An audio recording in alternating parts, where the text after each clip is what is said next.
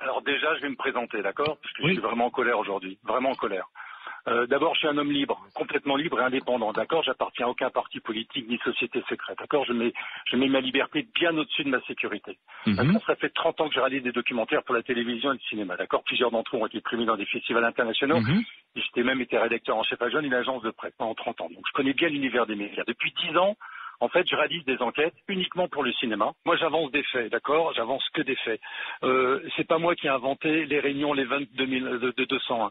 C'est pas moi qui ai montré que effectivement, en 2020, en pleine pandémie, il y a des sociétés qui s'appellent Square, qui ont été montées, qui sont spécialisées dans le numérique. C'est pas moi qui ai court-circuité, qui ai retiré mon film Vimeo, alors que c'est le monsieur Niel, qui est spécialiste du numérique, qui est aujourd'hui actionnaire, co-actionnaire de Vimeo.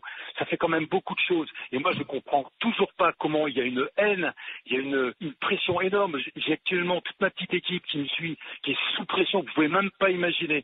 Nous, on a bossé on a fait vraiment un acte citoyen. Juste une question, le Lancet, c'est un complot ou c'est pas un complot? La fameuse étude du Lancet. Quand il dit haut et fort, mais qu'est-ce qu'il y a derrière? Qui a payé cette enquête? Qui a payé cette étude bidon? Qui est derrière ça? C'est pas moi qui le dis, c'est Philippe Douste-Blaty qui dénonce un complot.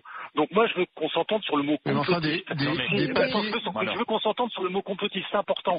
Si un complotiste c'est quelqu'un qui dénonce les complots, je suis complotiste. On m'a envoyé un lien hier soir, j'ai passé toute la nuit, d'une certaine Ilona Sicurel, d'accord, une députée de la République En Marche. Elle est arrivée vent debout sur un plateau de CNews.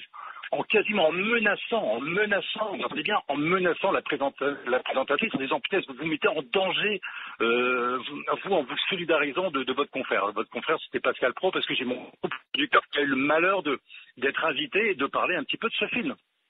Ce film pose des faits, pose des informations que j'ai absolument pas inventées et suscite le débat. Il doit susciter le débat. Mais la réaction de cette femme, qui a été une réaction épidermique vive, je me suis dit tiens, ça c'est pas naturel. Donc j'ai commencé à chercher. Ilona Sicurel, vous savez qui c'est Ilona Sicurel? Son frère s'appelle Michel. Il a dirigé la compagnie financière Edmond Rothschild. En 2014, il crée la holding financière La Maison, qui réunit notamment tous les grands spécialistes du numérique. Et je montre dans mon film que le numérique est à la base de ce hold-up mondial. Moi, je pose des faits, je pose des incohérences, mais devant autant d'incohérences, et comme le dit très bien même le directeur du département recherche Jeden, Michael Jeden, département de recherche de Pfizer, devant autant d'incohérences, à un moment donné, vous êtes obligé de vous dire, mais qu'il y en ait autant, ça peut pas être involontaire. Donc on est en droit de se poser des questions. J'ai une perte totale de confiance dans les gens qui nous gouvernent. Pourquoi? Parce que, en fait, aujourd'hui, mon pays est gouverné par une table ronde. Et ça, aujourd'hui, voilà. C'est quoi la table ronde? Pour moi, la table ronde, aujourd'hui, c'est simple, c'est le conseil. Ça veut dire que où sont nos grands principes démocratiques? Le conseil scientifique. Oui. Non, mais même aujourd'hui, on est encore... En fait, cet état d'urgence, il est constamment renouvelé.